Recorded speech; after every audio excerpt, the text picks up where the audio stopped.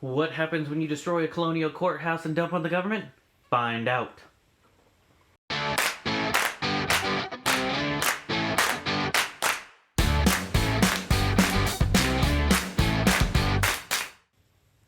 Welcome to Learn Stuff with Sprayberry, where we try to make social studies easy, fun, and educational. The last place we left off was where the regulators had drug a lawyer into the town square and beat him, upon which they decided to set off and burn down his house. If you have no idea what I'm talking about, or you just missed last episode, go ahead and click on the card up here, hopefully in the upper right hand corner, which will take you to that video so that you can get caught up. Now, let's dig in. Tryon, hearing of this action as well as others, decided the regulators could not be allowed to continue protesting. In 1771, Tryon sent 1,000 troops to Hillsborough. Another 236, led by Hugh Waddell, were supposed to meet him, but were blocked by a large number of regulators and had to retreat to Salisbury. Tryon heard about this and sent more troops to support Waddell. He ordered them to march through Regulator territory, but avoid damaging anything. They set up in Alamance and left 70 men to watch the camp. This force, now just over 1,000 men, were sent to find the regulators. 2,000, or some retellings say as many as 8,000, regulators had formed up almost 10 miles away. Now you need to keep in mind that most of these guys are just farmers or average citizens. They're just putting up with it and fighting back.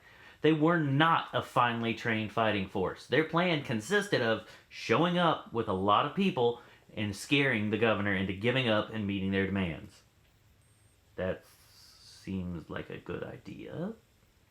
Tryon sent word to the regulators that if they continued to band together, they would be considered a rebellion and would be dealt with as such. The regulators, on the other hand, not knowing that a small band of them had already attacked Tryon's forces and kidnapped 2 soldiers, didn't understand how deep they had stepped in it.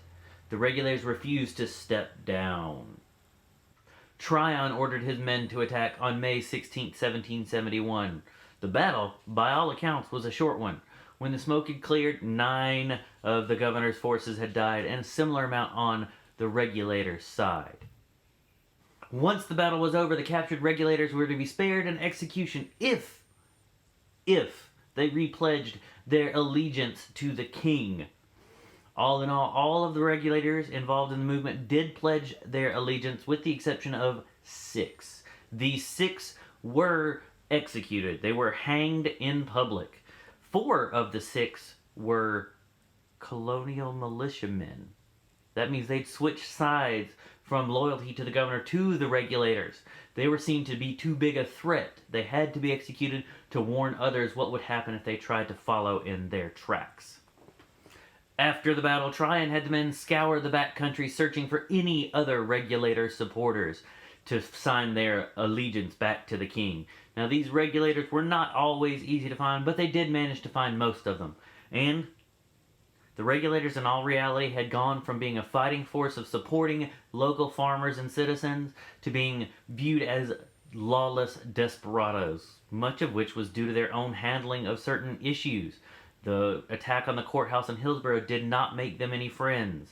Citizens began to view Tryon as a hero for stamping out a much larger rebellion. Word of this rebellion traveled throughout all of the colonies, including to Boston, who at the time was having its own problems with the government overstepping its bounds.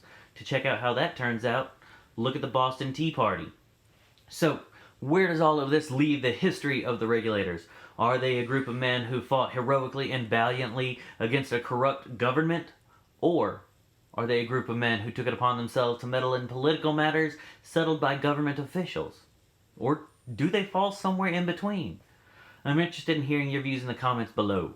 Until next time, just because school is over doesn't mean the learning has to stop.